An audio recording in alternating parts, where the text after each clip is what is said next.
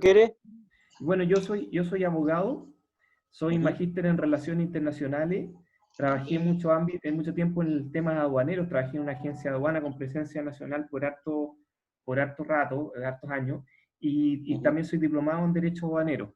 Entonces he ido mezclando estas diversas, y además fui Seremi de Transporte en la región de Valparaíso, que está vinculado también con los temas de comercio exterior en algún aspecto, pero también con otros temas que tienen que ver con transporte público mayor, transporte público menor, y obviamente también transporte escolar, o sea, una serie de otros temas también, que hicieron enriquecer mi mirada, sobre todo de cómo uno habita en la ciudad.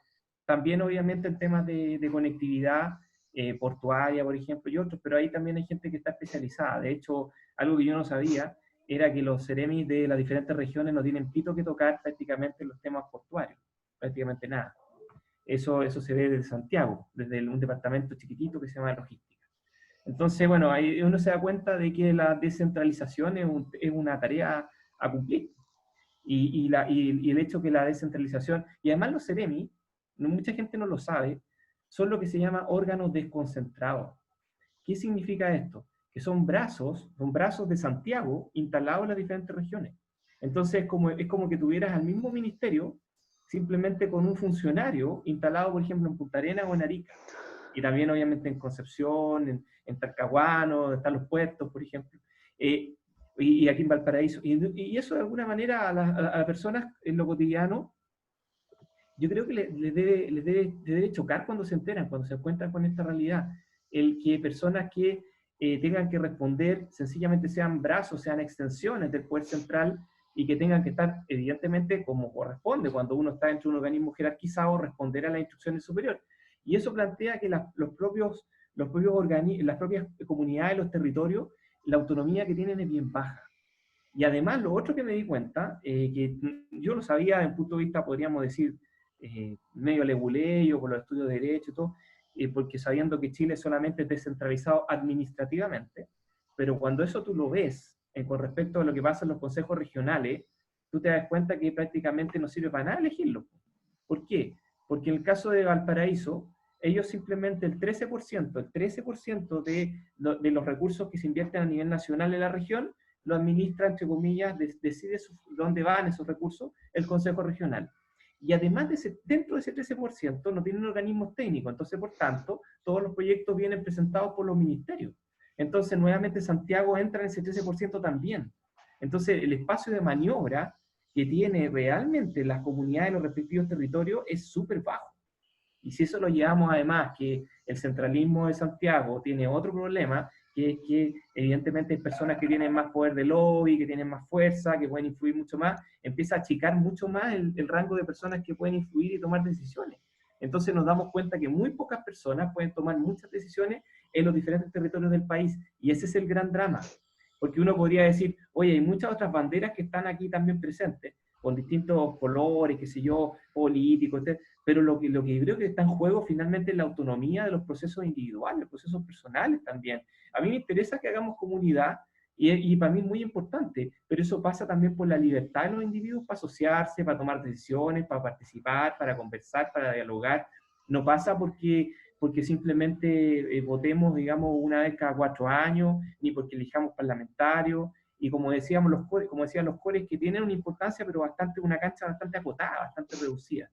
Y en el caso de las comunas, es más dramático aún, y lo hemos visto ahora con la pandemia, porque imagínate que en promedio tienen del 9% de los recursos del país. 9%. Cuando en los países de la OCDE estamos hablando del 20% para arriba. Lo cual es obvio, si yo pienso que las soluciones deben estar de mano de las diferentes comunidades también. O sea, entre más cerca esté el problema y la solución, las personas que lo solucionan, que tienen los recursos, más eficiente va a ser. Y no solamente más eficiente, sino que también va a tener más legitimidad porque la persona se va a sentir va a ser más parte, no solamente se va a sentir, va a ser más parte de esos procesos. Y todo este tema, este cóctel, para mí, es parte del problema de legitimidad que tenemos. Si finalmente es un tema de distribución del poder, el tema de legitimidad. Si tuviera el poder más en las manos de los ciudadanos, más en lo local, y de ahí nos vamos construyendo como por capas, porque hay temas que evidentemente no vamos a resolver en cada una región, no vamos a tener, por ejemplo, no sé, va a sonar burdo, pero no vamos a tener un ejército para cada región, no. Hay cosas que, temas de defensa, temas de relaciones exteriores, que se ven como país. Pero después las otras cosas, ¿por qué no las ven las regiones? ¿Por qué no las ven las comunas? Incluso yo partiría al revés. Yo partiría de la comuna hacia arriba, por así decirlo. Y Oye, nos vamos a pero explicar. ¿Mm? sí, lo que tú Sí, estás dale. hablando, siempre he dicho, Chile no, para mí no es un país, por eso que hablo alto de la identidad, para mí es un fondo con símbolos. Entonces, ¿por qué el patrón del fondo va a querer que el peón se empiece a organizar para arriba? Entonces, démonos un poco vuelta si somos no un país o somos una nación, están los elementos para ser nación, que nos identifica, porque A mí, sí, a mí me gusta el, más la idea de que son varias naciones, quizás, bueno, ¿y como cuáles son estaba esas antes. naciones? Pues, ¿cuáles son qué elementos tienen esas naciones? Y cómo no. Yo siempre diría, para mí nunca nos hemos independizado, para mí lo único que hicimos de los patrones españoles, pasamos a los patrones chilenos y de ahí un montón de pantallas bonitas nomás, con harta pantomima, harta cosita linda, harto formalismo, harto como pomposidad que le encantan acá, se ponen serios los peones, pero a escarbar un poquito, es pura chacota esta cuestión. Entonces, claro, lo que planteáis tú suena bonito, pero ¿por qué el patrón del fondo te lo va a aguantar? Pues si es el que manda acá. Pues. Bueno, hay Arte, un debate constitucional ahí pendiente, pero que hable Diego, que obviamente démosle la palabra a Diego. ¿Qué opinas tú, Diego, de ese aspecto? Mira, concuerdo plenamente con lo que plantea Gerard con respecto a la descentralización, que la descentralización tiene que ser económica, tiene que ser administrativa y también tiene que ser política. Una desconcentración como la que tú mencionas es parte del problema, no soluciona lo que necesitan las regiones en términos de autonomía para poder generar su propio desarrollo. O sea, ¿qué tiene que ver Arica, ponte tú, con Punta Arenas? Entonces, eso tiene que ver mucho también con el principio de subsidiariedad que tiene que cumplirse y que lógicamente no se cumple. Y por otra parte, con relación a la pregunta que tú planteas, Ariel, bueno, efectivamente Chile es al revés de otros países, aquí el Estado crea la nación por decreto. Correcto. No es que la nación haya creado el Estado. De tal manera que de un día para otro un grupo de personas que no tenían ni un origen en común, me refiero yo, españoles, criollos, otros que tenían O'Higgins, por ejemplo, que tiene un origen que no es español, creo que Irlandés. es irlandés. Bueno, este grupo de personas se reunió y ellos definieron lo que era la nación chilena, según ellos creían que tenía que ser. Entonces, desde que se constituye el Estado, se constituye en un grupo de personas que no representa al como le llaman algunos autores, el bajo pueblo, pero a mí no me gusta decirle bajo pueblo porque es pueblo. No tiene por qué ser bajo, es pueblo que está fuera de lo que es la constitución del Estado. En segundo lugar, ellos junto con esa autoproclamación de nación, dejan afuera todas las primeras naciones, como le llaman en Canadá, que son los pueblos originarios, que son las primeras naciones, o naciones originarias, como ustedes le quieran llamar. Y quedan fuera del pacto social porque en ese pacto social se hace solamente entre la oligarquía, burguesía y aristocracia de ese momento. Bueno, y es justamente ese grupo el que persevera en el poder hasta hoy día. Por eso es que las decisiones que ellos toman no tienen mucho que ver con Chile. Entonces, y además te lo puedo argumentar con el estudio que tiene hoy en día, dos estudios del PNUD. Uno es Auditoría de la Democracia, más y mejor democracia para Chile, que entonces acredita, según este estudio, que las desigualdades sociales y las desigualdades económicas son consecuencias de las desigualdades políticas. Es decir, la pobreza, la exclusión, el problema de descentralización es una decisión política de un grupo de personas que así lo decidió.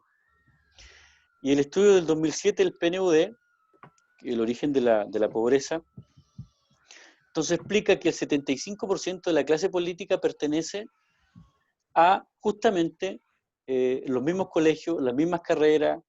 Entonces se va reproduciendo estos círculos de poder. De tal manera que esto dejan afuera a todo el pueblo excluido, concentran, aquí el problema de Chile son dos, la máxima concentración económica en un pequeño grupo y la máxima concentración de poder político en un pequeño grupo. Esos son dos grandes problemas medulares que han creado una brecha muy grande de desigualdad, tanto desigualdad en el trato a las personas humildes, de bajos recursos, tanto desigualdad en la atención del Estado hacia con ellos, y tanto en la desigualdad entre los grupos poder y los grupos segregados. ¿Cómo se resuelve esto? Se resuelve acortando la brecha de la desigualdad política. Y esa es una tarea en la cual está pendiente y una tarea que ha llevado a un movimiento social muy grande en Chile.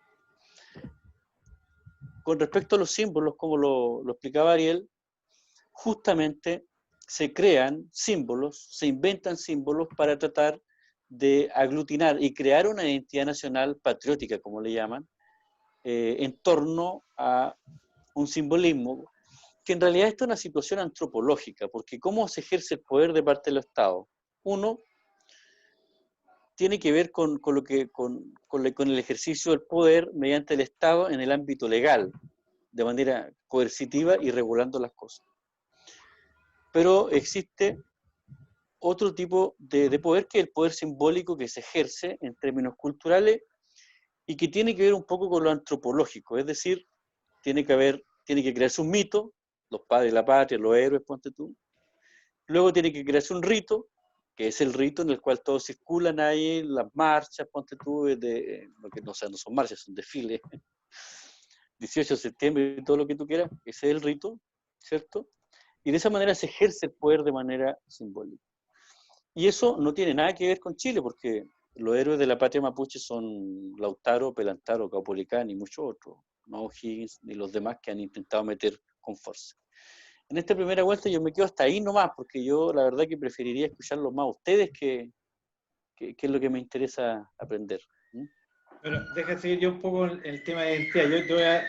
Generalmente mi aporte un poco es desde lo que yo he leído mucho de la Torá y del judaísmo, que es como la base de las religiones monoteístas y es muy fuerte en la cultura occidental. Y obviamente la identidad judía es bastante marcada, es muy fuerte porque somos un pueblo milenario también.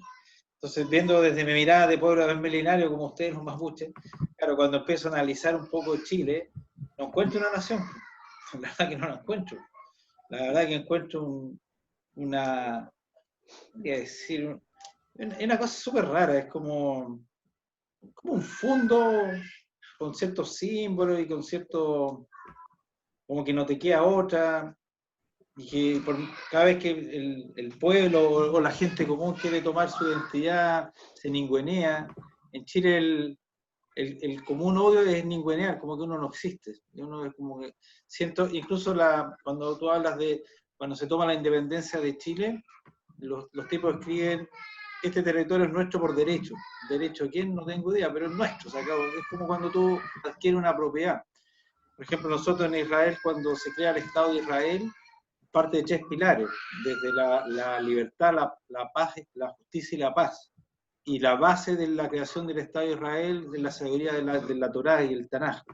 Entonces, eso no tiene que ver que esto es por derecho, porque se nos ocurrió, porque ganamos una guerra, nada más. Si tú ves, por ejemplo, la independencia de los norteamericanos, ellos también buscan la libertad, la justicia y me parece que la paz también. Entonces, parten de conceptos que son universales o que dan un sentido a la gente que está viviendo ahí. No es que un grupito pequeño dice esto es mío, se acabó.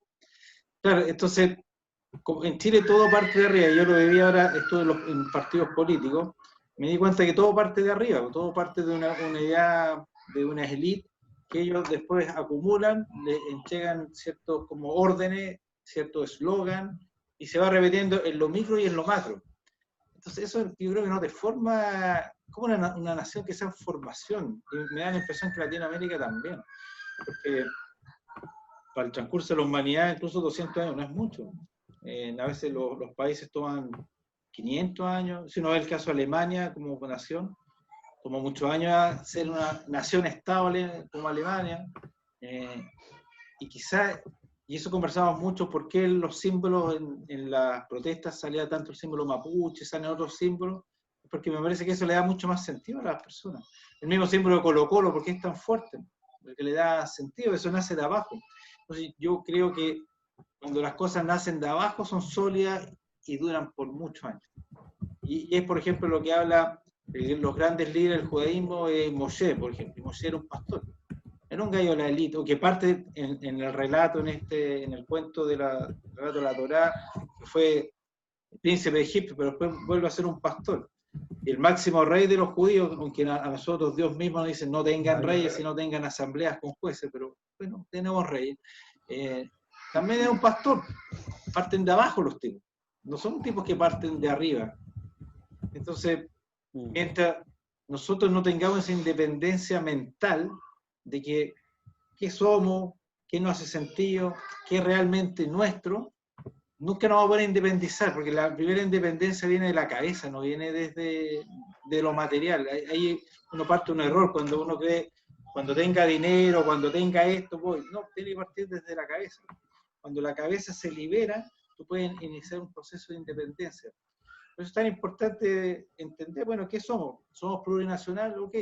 Es lo más probable, yo creo que los pueblos, como ustedes los mapuches, sí tienen una nación fuerte, bien claro, sobre todo los años que te dan. Un grupo que se mantiene por muchos años, ya se forma una coherencia, pero nosotros los chilenos seremos, ¿no atreveremos a hacernos esas preguntas? Y no nos va a tomar la sorpresa que no, pues no somos nada, que en realidad somos como un hito en la historia, y eso a veces es un poco fuerte, pero pasa, muchos pueblos desaparecen en la historia porque no tienen peso, no tienen trascendencia, no aportan en nada, no tienen un sentido. Tenemos como, no sé, los visigodos que se acabaron, o otros pueblos. ¿Cuántos pueblos nacen y mueren? Sobre todo pueblos que vienen desde la imposición de la riqueza y militar. Eso es otra historia. Yo, hablando de las identidades, cada vez que cuando hablan contra Israel, que los soldados israelíes, yo digo, ¿cómo van a hablar de esas cuestiones estos desgraciados? El ejército israelí jamás ha matado a un israelí. El ejército chileno ha masacrado casi puros chilenos, mandados por arriba. Entonces, claro, ¿con qué cara vienen a criticar un ejército que defiende su país y otro que ha masacrado su país, o lo que se llama Estado innumerables veces, porque ha sido un hecho repetitivo esta cuestión, sino es que una vez, dos veces, constantemente, y matanzas brutales. Entonces, yo creo, en el fondo de mi corazón, que esa respuesta de si somos o no nación, los chilenos quizás no nos queremos topar con esa verdad. Y acá en el evento Sommer, una forma de acercarse a Dios, buscar la verdad. Uno de los nombres de Dios es Emet. Emet es verdad, el tipo que busca la verdad se acerca a Dios. Pero a veces tenemos quizás hacernos estas preguntas y ver lo que pasa. Pase lo que pase. Así que opinas tú, Gerard, te doy el pase. Sí, bueno, hay varias cosas, es bien complejo. En primer lugar, para mí es evidente, no me cabe ninguna duda, que cuando se creó, cuando se creó Chile, no fue más que un movimiento de ciertos grupos, podríamos decir, llevándolo a términos más modernos, una mezcla entre una élite consolidada y una élite emergente que tomó y capturó el poder en un momento determinado en un país que era tremendamente chico.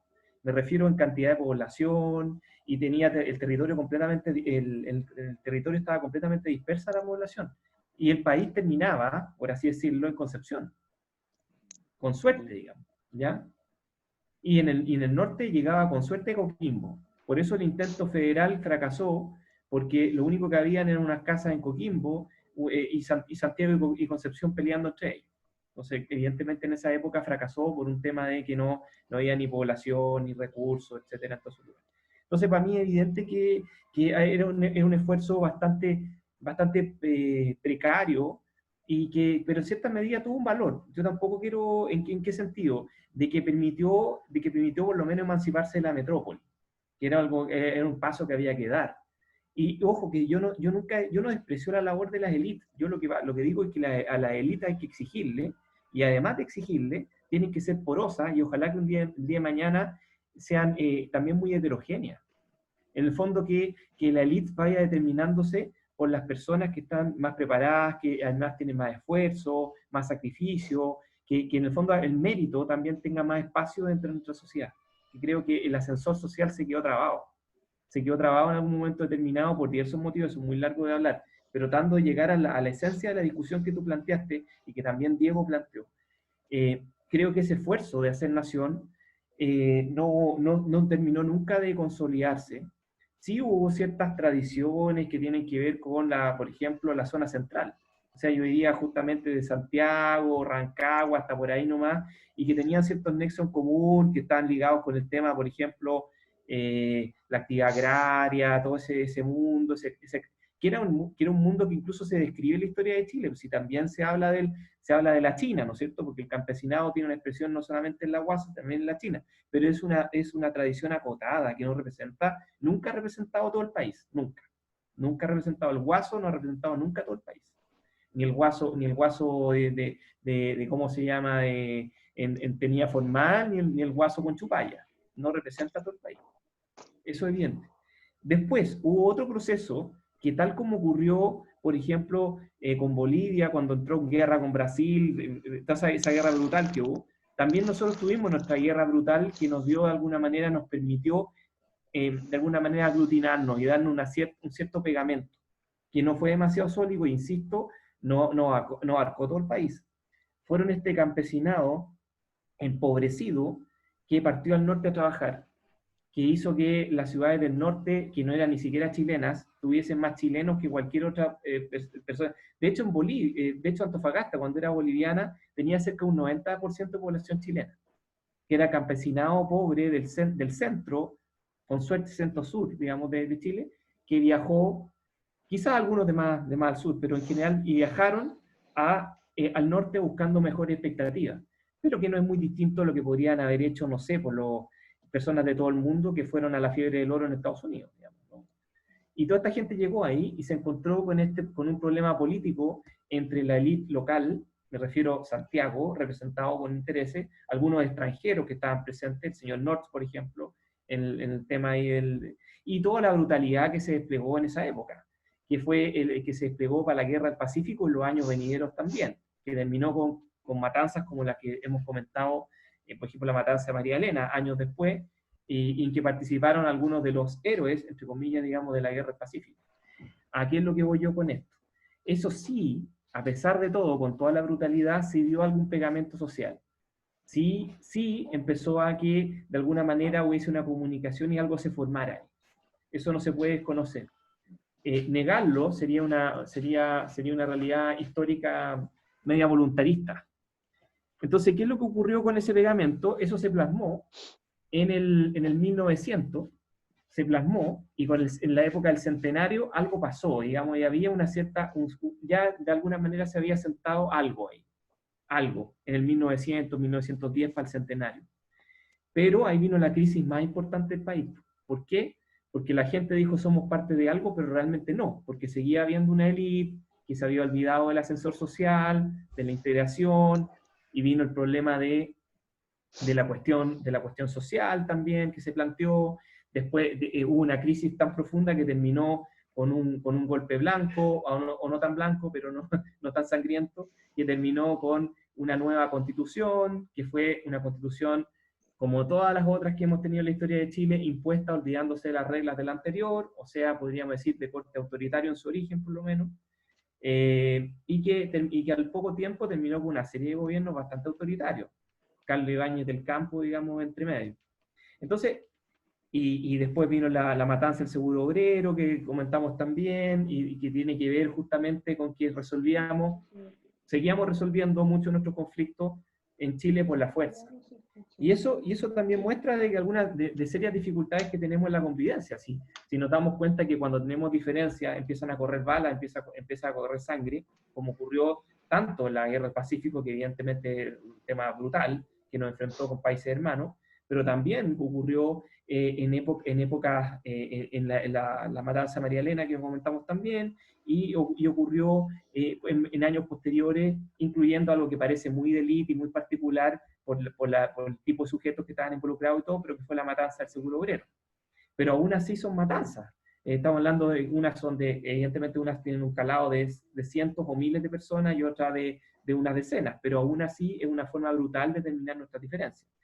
Y ahí no estoy incluyendo, porque obviamente ahí se puede explayar mucho más, Diego, la dificultad que ha tenido este esfuerzo estatal chileno y las relaciones que ha tenido con el pueblo mapuche, que han sido tremendamente brutales también. No hemos tenido ningún esfuerzo racional, hemos traicionado incluso aquellos pactos que habían realizado los españoles, como hemos comentado también, pero ahí yo no soy experto en eso, evidentemente Diego puede hablar mucho mejor de cómo no hemos sabido relacionarnos con el pueblo mapuche, que tiene una identidad más antigua, ya mucho más consolidada, creo yo, y evidentemente tiene que ser no solamente reconocida como en cuanto a una identidad más, sino también algún grado de autonomía. Pero eso tenemos que ver cómo, porque tampoco yo creo que esto se tiene que resolver por la fuerza.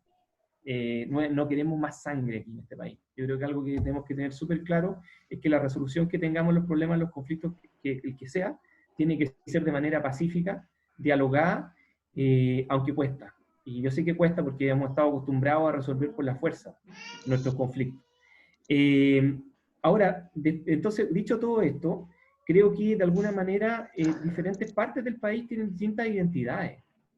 Yo no solamente creo que existe el pueblo como identidad, digamos, diferente de la idea de la chilenidad, entre comillas, la identidad mapuche, sino también, por ejemplo, creo que las personas, sin ir más lejos, basta desplazarse al Paraíso para darse cuenta que hay una identidad distinta ahí.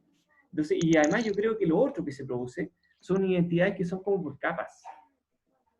Puede que todos nosotros aquí, aunque vengamos de diferentes comunas, diferentes regiones, algo tengamos en común, y ese algo tenga que ver justamente con esta identidad chilena, entre comillas, como quieran denominarla, pero también tenemos identidades particulares que están mucho más arraigadas con territorios mucho más específicos.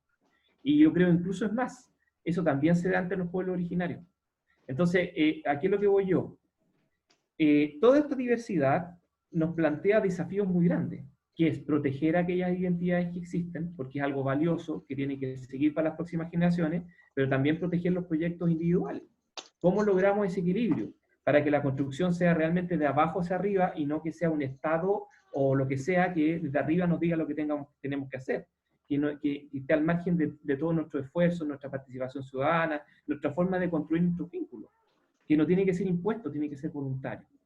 Y respecto a lo último, y quizás ahí no me voy a explayar porque no quiero pasar por polémico y me quedaría pegado explicándolo y solamente lo voy a tirar para que después lo vayamos desarrollando y lo mastiquemos de a poquito. Yo creo que el tema que tú hablas de las banderas mapuche en el estallido social corresponde más a un tema de memoria histórica a que un tema de identidad y de historia en un sentido más estricto. Porque la memoria histórica la memoria no es historia. Tiene que ver con que tú tomas de la historia pasada algunos elementos, los reconstruyes, los haces propios y los llevas a la acción en el tiempo presente. Entonces es un tema completamente distinto. O sea, tú podrías, por ejemplo, una persona perfectamente puede conectar y sentirse mapuche, aunque hayan pasado 3 o 4 generaciones, e incluso más, que no tenga ni siquiera estrictamente un vínculo trazable por sangre. Simplemente porque siente que esa identidad es valiosa y la quiere hacer propia. ¿Y por qué no?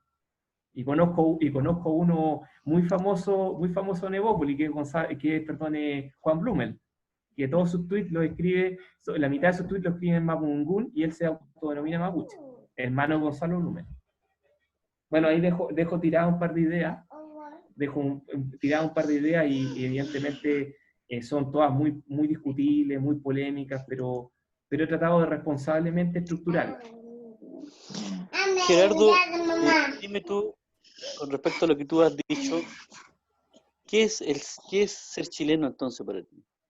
Yo creo que es una identidad que es difícil de configurar. De hecho, tengo un amigo que escribió hace años, cuando no estábamos en el mundo globalizado, porque también las identidades nacionales se han ido desfigurando y son bastante más débiles en el mundo globalizado. Es cosa de que miremos nuestra ropa. Yo tengo una cuestión que fue hecha en China, probablemente, de hecho yo creo que toda la ropa que tengo debe haber sido hecha en China o en India o no sé qué, y uno se da cuenta con eso, que evidentemente ya no están las tradiciones detrás de cada uno de los detalles, de cada una de las cosas que vivimos. Hay muchos aspectos que están mucho más globalizados. Eso tiene aspectos muy positivos, en cuanto que permite el desarrollo, el crecimiento económico, permite también el crecimiento cultural, expande los horizontes. Podemos conocer lo que han hecho bien y lo que han hecho mal otros pueblos, y todo eso es muy positivo. Pero el lado que tiene no tan positivo es que las identidades fuertes se diluyen. Y la identidad chilena nunca ha sido tan consolidada y nunca ha sido algo tan presente uniformemente en todo el país ni en todo el territorio, y en algunos lugares nunca llegó. Entonces, o llegó muy débil. Entonces, aquí es lo que voy yo, la pregunta, como le decía, no terminé la idea de mi amigo, escribió hace como 20 años atrás o 30 años atrás un libro, una tesis de 900 páginas sobre lo que significaba la chilenidad, y fue una pregunta más que una respuesta.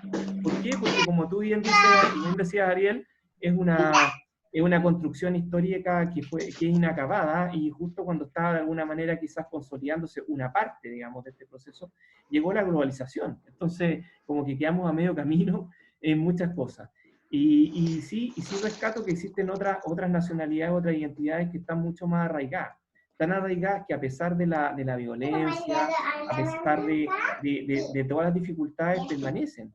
O sea, nosotros nos olvidamos, por ejemplo, prácticamente de lo que es hacer un chaleco, o lo que es hacer un pantalón, o lo que hacer, pero los pueblos originarios no se olvidan de sus tradiciones, de cómo confeccionar sus ropas, de cómo confeccionar sus edificios, sus casas, y nosotros nos olvidamos de cómo hacíamos las casas hace poco. Incluso es más, por ejemplo, para llevarlo al tema simbólico, la cueca, por ejemplo, es un baile que llegó en la década de los 80 del siglo XIX a Chile. Entonces tampoco podemos decir que nuestros símbolos son de tanto raigambre, son tan antiguos, y es bastante más. En el fondo yo adscribo a la descripción que hace Bauman de este mundo más líquido, con estas identidades mucho más ligeras, más cambiantes, más fluctuantes, pero por lo mismo creo que es valioso rescatar aquellas identidades que existen, y permitir que se desplieguen y tengan lo que permite su desarrollo, que es un cierto nivel de autonomía en sus decisiones. Hasta dónde podemos llegar en eso sin que eso termine disgregándonos, porque ojo, también otro peligro que tenemos con la autonomía, que cuando se disgregan mucho, es que después perdemos fuerza con respecto a lo que es el resto del mundo. Y ahí sería mucho más peligroso. Imagínense que Chile se dividiera en 4 o 5 naciones distintas. Nuestro peso relativo y nuestras facultades para poder resolver nuestros problemas quizás también quedarían fuertemente mermadas en un mundo globalizado. Entonces son hartos desafíos que tenemos. La tenemos difícil, la tenemos súper difícil, pero creo que el momento para conversar hasta estas cosas, y como le comentaba Ariel, tener avances graduales pero persistentes, que sean reales, va a ser la discusión constitucional. Necesitamos una nueva constitución, necesitamos tener una nueva distribución del poder en Chile, necesitamos, según mi punto de vista, necesitamos, aparte del reconocimiento de las otras identidades de los pueblos originarios, otra cosa que necesitamos, que es fundamental, esta construcción de abajo hacia arriba, lo que tú decías, el principio de subsidiariedad territorial, que también va de la mano también de la iniciativa de la sociedad civil, las ONG, las empresas, todo eso, que tengan autonomía también es bueno, porque si no, si nos llevamos a un estatismo centralista, también nos mata la iniciativa, mata el espíritu humano. Entonces, ¿cómo podemos equilibrar las cosas? Bueno, con una construcción bien cohesionada de abajo hacia arriba, que parta de las comunas, siga por las regiones, quizás podemos pasar por macrozonas, y después llega al nivel nacional, y eso se llama, según mi punto de vista, federalismo. Chile debería ser un país federal, no de un día para otro, porque las transferencias de facultades son dolorosas, son difíciles, son errores, puede haber corrupción, etc. Necesitamos hacerlo gradualmente, pero sí hacerlo, con un plan definido. Y lo otro que también necesitamos, creo yo, es que no podemos tener un rey sin corona elegido cada 4 años, tenemos que pasar a lo menos a un sistema semipresidencialista, y yo creo que mejor aún un sistema parlamentarista, porque no puede ser que una persona tenga en su espalda el peso de las decisiones del país. El mundo es muy complejo, es muy fácil equivocarse, y para eso necesitamos, ojalá tener un sistema parlamentario, o un sueño sería, o como lo que existe en Suiza, que el ejecutivo ni siquiera es una persona, sino es un directorio. Es un directorio donde están representados en los diferentes territorios, diferentes etnias, diferentes grupos lingüísticos y diferentes partidos políticos. Entonces tú tienes varias personas decidiendo, ninguno tiene el poder, todas las decisiones más importantes son colegiadas y además refrendadas por los diferentes cantones, las diferentes regiones. También el sistema alemán en el sentido de... O sea, hay muchos ejemplos que podríamos tomar. Me alargué mucho, pero más o menos creo que ese es un buen principio de respuesta a un tema que es súper complejo. Bueno, mira, yo creo que con esto uno queda claro que uno de los grandes problemas de Chile es que no saben lo que es ser chileno. Y ese es un gran problema de identidad. O sea, y eso es muy grave para cualquier sociedad o civilización que necesite proyectarse a muchos años más. Y como no se sabe qué es el ser chileno, más que lo que se ha definido por decreto, es que tenemos una sociedad muy, muy segmentada porque no reconoce su ancestro mapuche.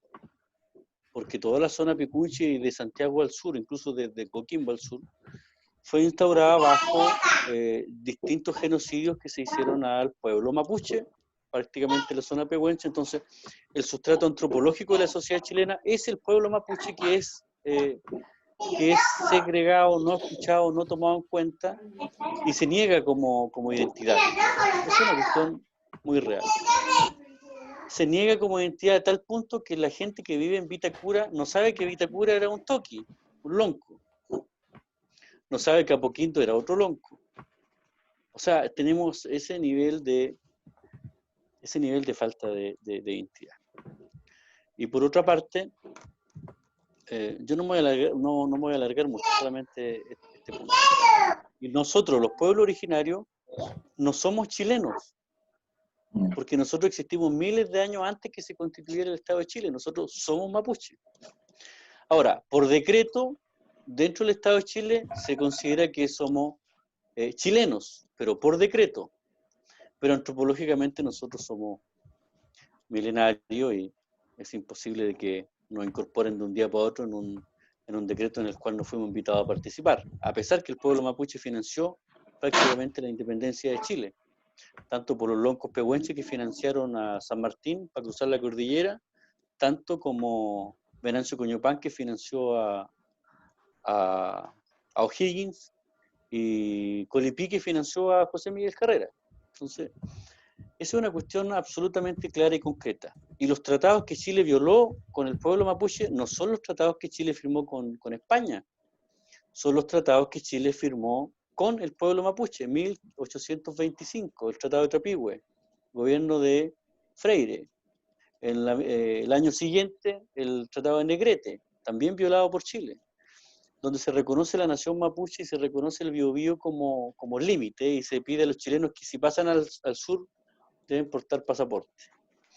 Entonces, eso es lo único que hace reconocer a otras naciones. Y el hecho de que se reconozcan las naciones no tiene por qué dividir al Estado de Chile, porque una cosa es la nación que tiene un origen antropológico, sociológico e histórico, y otra cosa es el Estado, que es una ficción jurídica completamente distinta a las características de lo que es una nación. Entonces, en ese aspecto hay una delgada línea, pero no hay que confundir las cosas. Y un tercer elemento, yo creo que el problema fundamental de Chile es precisamente la élite. No es malo que existan élites, pero lo malo es que estas élites creen normas y reglas para perseverar y asegurarse solo ellos y no permitir que otros grupos puedan acceder también a la toma de decisiones en todas partes. Y esto de la élite efectivamente es malo cuando se transforma en un pequeño grupo que concentra el poder político. Porque esto quiere decir entonces que estos grupos perseveran su poder no solamente con lo económico, sino que con lo educacional, otro tipo de educación, otro tipo. Entonces podemos ver dos Chiles, un Chile pobre, excluido y alejado de transformarse en élite, como lo es los colegios de Purén, por ejemplo, donde yo soy. Y como lo es el nido de águila. ¿Por qué un mapuche no puede estar en el nido de águila y ser parte de la élite? O sea, no es que le pidamos a la élite que se porte bien. Aquí lo que necesitamos es que se empareje la cancha y aquí haya una distribución del poder económico y político. Y ahí entonces tenemos algunas diferencias. Y bueno, y lo otro es que Ariel tiene razón. O sea, efectivamente aquí se han creado símbolos para unificar una nación ficticia y que no ha resultado. ¿Y por qué no ha resultado? Porque 140 años desde que se anexa la Araucanía al Estado de Chile, 140 años después, en las marchas de los chilenos, del pueblo de Chile, portan la bandera mapuche.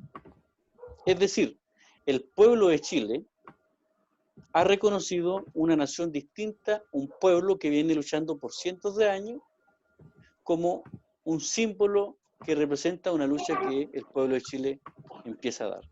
Es decir, que el pueblo de Chile, que está alejado de todo lo que es poder económico y político, ha reconocido al pueblo mapuche. Y la élite política, la que administra el Estado de Chile, todavía no lo reconoce en términos legales. Es una cuestión muy práctica y concreta. Y eso tiene que ver efectivamente con la identidad nacional, porque como Chile no sabe lo que es ser chileno, encuentra su identidad en el pueblo mapuche. Y mucha gente se siente mapuche y eso no tiene nada que ver con la sangre ni con la forma de vestir. El hecho de la identidad tiene que ver así como otros pueblos, como el mismo judío se reconoce judío sin importar la ropa que porten, ni el color de ojo, ni el pelo, porque son descendientes de Abraham. En el caso nuestro es exactamente lo mismo. La identidad no tiene que ver con producir algunas cosas textiles o platería. Bueno, yo me quedaría hasta ahí nomás, porque ha sido muy, muy buena la conversación hasta el minuto. Mira, deja ver, profundizar un poco el tema de la identidad. Mira, los judíos, por ejemplo, cuando tú vas a Israel, yo le decía, mira, este compadre es de Rusia, este de Etiopía, este de Australia, ¿qué tengo que ver con este compadre? Yo no tengo nada que ver, aparte, en ese momento yo no era muy creyente, pero te empezáis a dar cuenta en formas de pensar similares. Las culturas tienen como ciertos diálogos o conceptos que son comunes en los que tienen identidad. No sé, el tener varias opiniones, el pensar que solamente le hago caso a Dios y no al resto. Nace una cultura incluso la cultura judía desde supuesto el relato de Abraham hasta que agarra la idea del monoteísmo, son como 600, 700 años, no son cosas rápidas. Entonces yo creo que la cultura no se te arma por decreto un día para otro ni las naciones, es una pantalla. Yo siempre he pensado que Chile es una pantalla.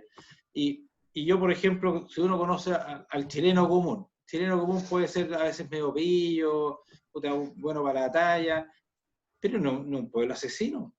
No nace dentro de los chilenos masacrar gente. No es algo propio, puede ser un gallo chalao, pero no es de la cultura de un chileno, oye, vamos a masacrar a estos compadres. Yo, por ejemplo, lo que pasó en Alemania, el asesinato en masa que hicieron, yo creo que son capaces de hacer los alemanes, ¿no?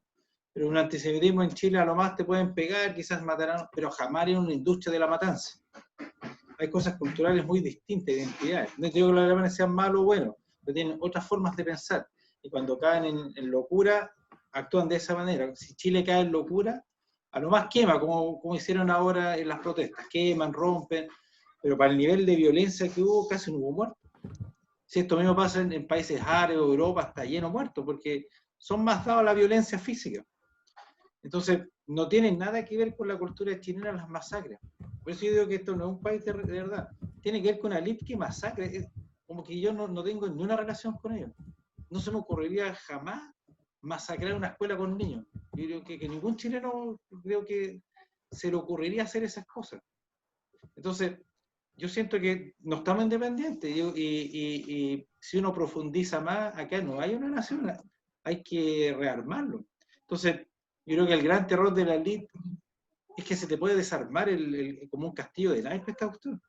Porque si no hay ni una cohesión, ni siquiera el ejército lo puede mantener. Porque ya no estamos en los tiempos de las masacres. Porque cada vez que el pueblo pedía un poco, masacre, masacre. Después golpe de Estado, después otro golpe. Puro autoritarismo. Y el autoritarismo se puede hacer porque el otro no se puede defender. Es fácil matar gallos sin armamento.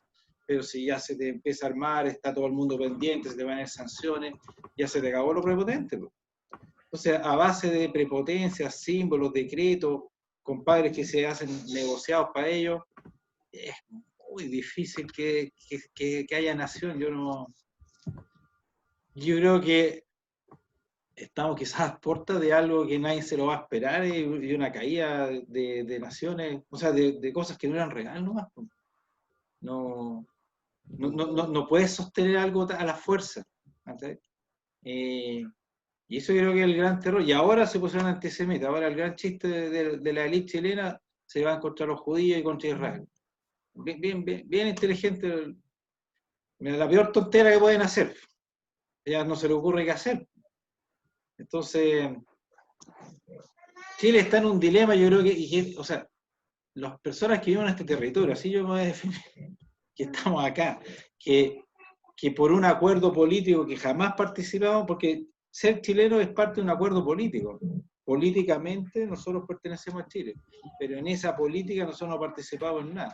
Somos parte del paisaje. Entonces, ¿cómo si nunca hemos sido parte, vamos a hacer de esto? Yo no lo veo tan simple el tema. Y quizás cómo se va a ver, espero que no se vuelva a lo típico, la represión, que es la forma. Yo creo que ahora no va a ser tan fácil. Y espero, yo antes era contraria a la nueva constitución, no es porque no me gustara, porque sé que se puede haber hecho muchos cambios y ayudado mucho si hay voluntad, pero nunca lo que se van a hacer. Entonces se obliga a partir prácticamente de nuevo, con ciertos riesgos, quizás en qué termina, pero si se ahonda más, amiga, aquí no hay identidad. Y si no hay identidad, bueno, hay que buscarlo. Hay que dialogar, conversar, qué somos, cómo nos sentimos, qué nos hace sentido para vivir. Y si tiene sentido en un país como Chile. Para mí, en el fondo, no es lo importante el país, ni los símbolos, ni las religiones, sino el bienestar del ser humano.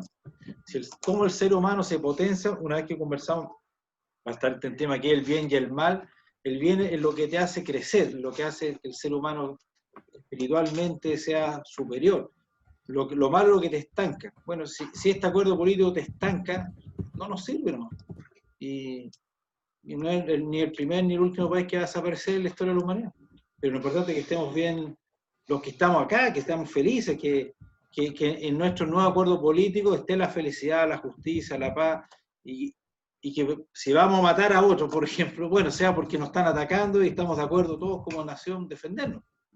No porque a uno se le ocurre mantener un tema económico, masacrar a una población. Eso yo creo que produce repugnancia a cualquiera de nosotros. Eso nada más quería ver en cuanto a la...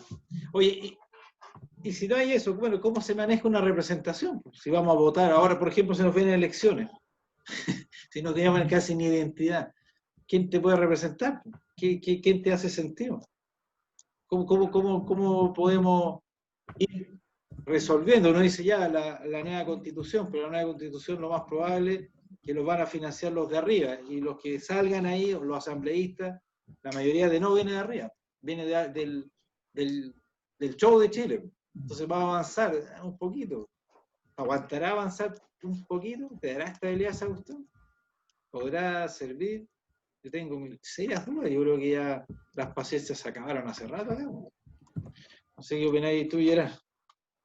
Bueno, el tema es bien complejo y de hecho admite varias respuestas que son complementarias, así que voy a dar de ordenarme, Ya. Lo cual es bien difícil, pero de partida el tema de la crisis de representación, pese que de algún modo me violenta pensar en que existan en términos radicales, pero sí, es cierto. Y no solo, y me violenta en el sentido de que, claro, uno quiere pensar que existe la posibilidad de conducción política, que existe la posibilidad de que porque la conducción política evita que finalmente seamos que el hombre sea el lobo el hombre, que vivíamos en la visión joyesiana. Entonces de algún modo me molesta la idea de pensarlo, pero hay que reconocer que algo de eso hay. Y partiendo de la base, por la honestidad de que eso existe, reconociéndolo, bueno, ¿cuáles son las posibilidades? Eliminarla completamente, la representación política, es imposible porque de algún modo tenemos que procesar nuestras diferencias, tenemos que, lo que se llama, agregar demandas. No podemos cada uno de nosotros dispersamente decidir, qué sé yo, los acuerdos en relación a las políticas de salud, educación, vivienda, tal. No podemos, tenemos que agregar demandas de alguna manera. Y esas demandas no pueden ser agregadas simplemente haciendo un clic con respecto a lo más popular. Por ejemplo, y no sé si van a estar de acuerdo conmigo, hay diferentes posiciones, pero en Chile la gran mayoría de las personas está a favor de la pena de muerte. Si fuera por voluntad popular y por hacer un clic, por ejemplo, en un computador y que todos votemos por cada una de las cosas que queremos, terminaríamos quizás ¿con qué? Con el toque de queda para los niños que no puedan salir después de las 12 de la noche, con pena de muerte, quizás expulsando a todos los inmigrantes en forma violenta y rápida, porque sí, porque si tú lo plebiscitas, probablemente haya mucha gente que esté muy enojada, muy molesta, y en un momento determinado tome una decisión impulsiva y termina afectando. Y eso simplemente por mencionar algunas cosas que son más o menos fáciles y que son imposibles de discutir, en el sentido de que sí, evidentemente la gran mayoría de la gente en Chile le gustaría que hubiera pena de muerte, y eso hay un montón de encuestas de diferentes grupos de interesados y no interesados en reponerla, lo cual es casi imposible con el sistema constitucional y los tratados internacionales que adoptamos, pero se ha investigado ese tema en muchas ocasiones. Y lo mismo con el famoso toque de queda a los niños y una serie de otras medidas. Entonces, en la expulsión de los inmigrantes, que yo estoy absolutamente en desacuerdo. Yo creo en que tenemos que acoger a los inmigrantes. A mí me encanta la diversidad, creo que nos enriquece, nos favorece mucho. Pero sí sé que estoy consciente que grandes masas están en contra. Entonces, ¿qué es lo que voy? Si decidiéramos todo por un clic, por así decirlo, como que fuera todo simplemente como que nos olvidamos de la representación y empezamos a ejercer democracia directa en todo, creo que sencillamente se desfonda cualquier organismo. Se desfonda no solamente un país, se desfonda si tratas de guiar así por los impulsos de contando votos constantemente, por ejemplo, en una empresa, te das cuenta que hay problemas. Tú tienes, por ejemplo, 10 trabajadores, tuvieran los 10 trabajadores que tuvieran que ellos decidir cada una de las cosas que tienen que hacer constantemente, probablemente haría problemas. Porque quizás uno sabría más qué es lo que hay que hacer con respecto a la mezcla, otro sabría mejor hacer el enfierrado, pero cada uno en su respectivo aspecto, ¿no es cierto? Se van formando especialistas, se van formando gente. Entonces, por eso mismo es que tiene que existir un Estado que tenga una cierta burocracia, que tenga ciertos profesionales, y tiene que haber también gente que de alguna manera pueda representar y conducir esta diversidad de demandas agregadas. O sea, que pueda agregar demandas, esta diversidad de demandas. Pero ¿cómo podemos morigerar eso? En cuanto que yo insisto en la idea de que el estar buscando identidades puede ser que hay que rescatar las que existen, pero también darnos cuenta que están cada vez más débiles. Y no en Chile, sino en el mundo. La modernidad líquida es una realidad. O sea, creo que uno puede, y todos estamos ya mezclados, tenemos capas. Somos todos mestizos. Y no mestizos, no me refiero a un tema genético, me refiero cultural. Somos todos mestizos culturales. Todos nos sentimos parte de muchas cosas a la vez. Entonces, y esa diversidad nos enriquece, es muy importante. No es algo para despreciar, al contrario. Eso permite lo que llamaba Schumpeter la destrucción creativa. O sea, que tú tomas lo antiguo, de alguna manera lo transformas, destruyes cosas y sobre esa base vas creando nuevo y van haciendo el mundo nuevo, un mundo distinto. Creo que eso vale tanto para un emprendimiento como vale para un país, como vale para lo que tú quieras. Pero además, conjuntamente, reconociendo la crisis de representación, entonces, bueno, tenemos que tener más mecanismos de democracia directa. O sea, tenemos que sí reunirnos, no me refiero solamente como habitantes de un país a decidir, qué sé yo, según mi punto de vista, por lo menos 3 o 4 veces al año, sobre una serie de proyectos que tienen que estar, y tenemos que habituarnos a discutir así, sino también de lo local. Si va el tema de la autonomía, o sea, ¿qué tiene que ver, por ejemplo, qué tiene que decidir el Ministerio de Transporte en Santiago sobre la malla de buses en Punta Arenas? ¿Qué tiene que decidir? ¿Eres uno de estos? Entonces, yo creo que la verdad que me escucho poco. Ahora sí. ¿Qué tiene que decidir el Santiago sobre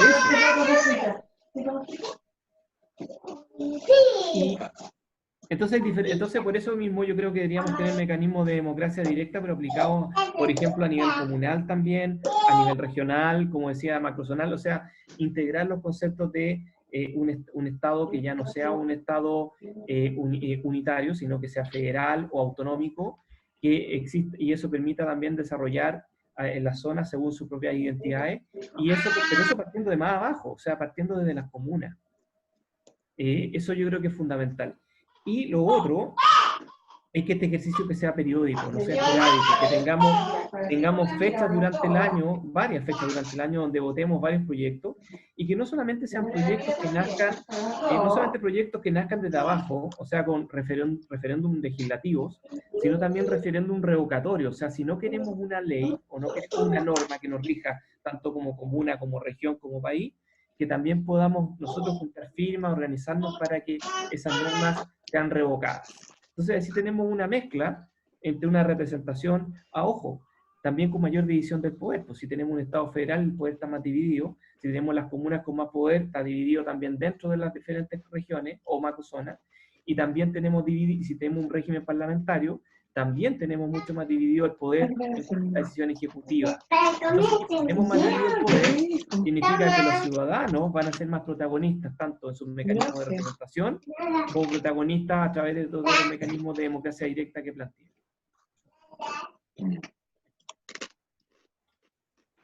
Entre más se divida el poder, más libre va a ser el ciudadano de a pie. Por eso, ahí me interesa una pregunta, Diego.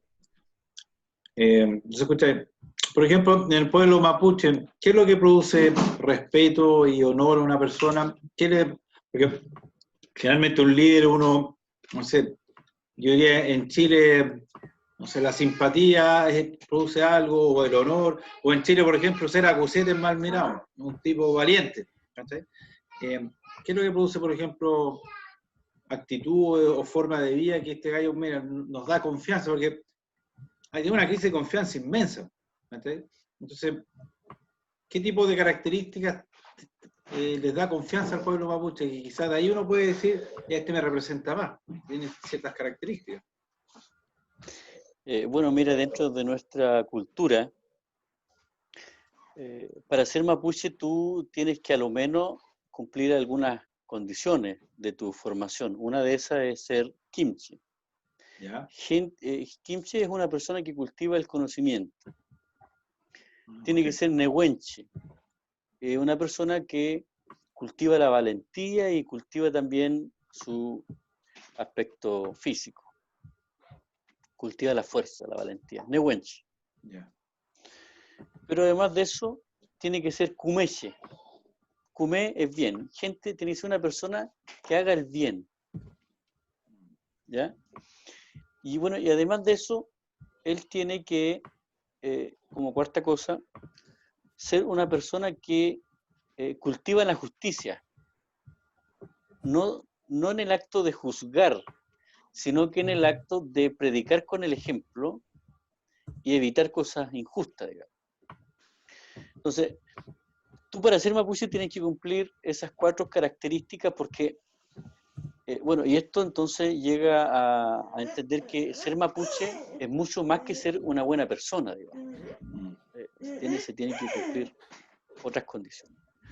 Y en nuestra cultura es muy valorado el poder de la palabra, porque las personas se transformaban y se transforman hasta el día de hoy en nuestra cultura, personas, digamos, respetadas de la manera de la cual ellos hablan.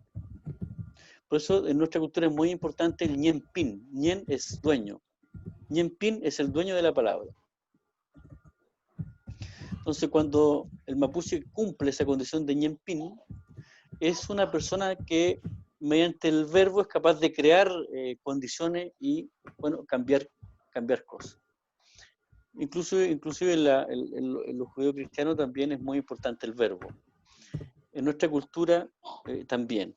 Entonces, los ñempines son personas que han llegado a un nivel de liderazgo en la cual ya están en un nivel de respeto fundamental. Y el mapuche para eso tiene que cumplir estas características que yo les decía.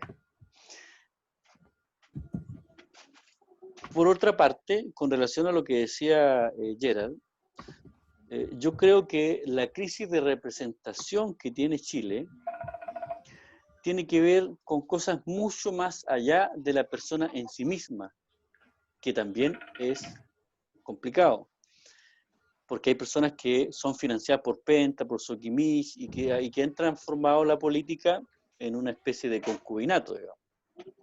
Entonces, que tienen al pueblo por un lado, pero tienen al amante del dinero por otro. Entonces, que es una manera simpática de nombrar a los pentaparlamentarios y los pentacandidatos, y que es transversal, ¿eh? Yo no hablo de un partido político. Lamentablemente. Estoy de acuerdo, estoy de acuerdo. Entonces, lo que ocurre es que cuando se pactó la vuelta a la democracia, aquí nace la crisis de representatividad, porque se pacta un sistema electoral y un sistema político a la medida de los que firmaron el pacto.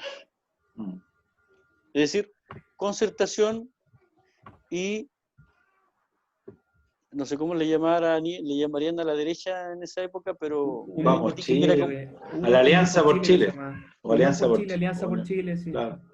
La Alianza por Chile, pero que tenía dos derechas, una derecha pinochetista y otra neoliberal. Entonces, pero todo junto eso era la derecha que hasta el día de hoy se mantiene con los hijos de esa coalición con distintos otros nombres.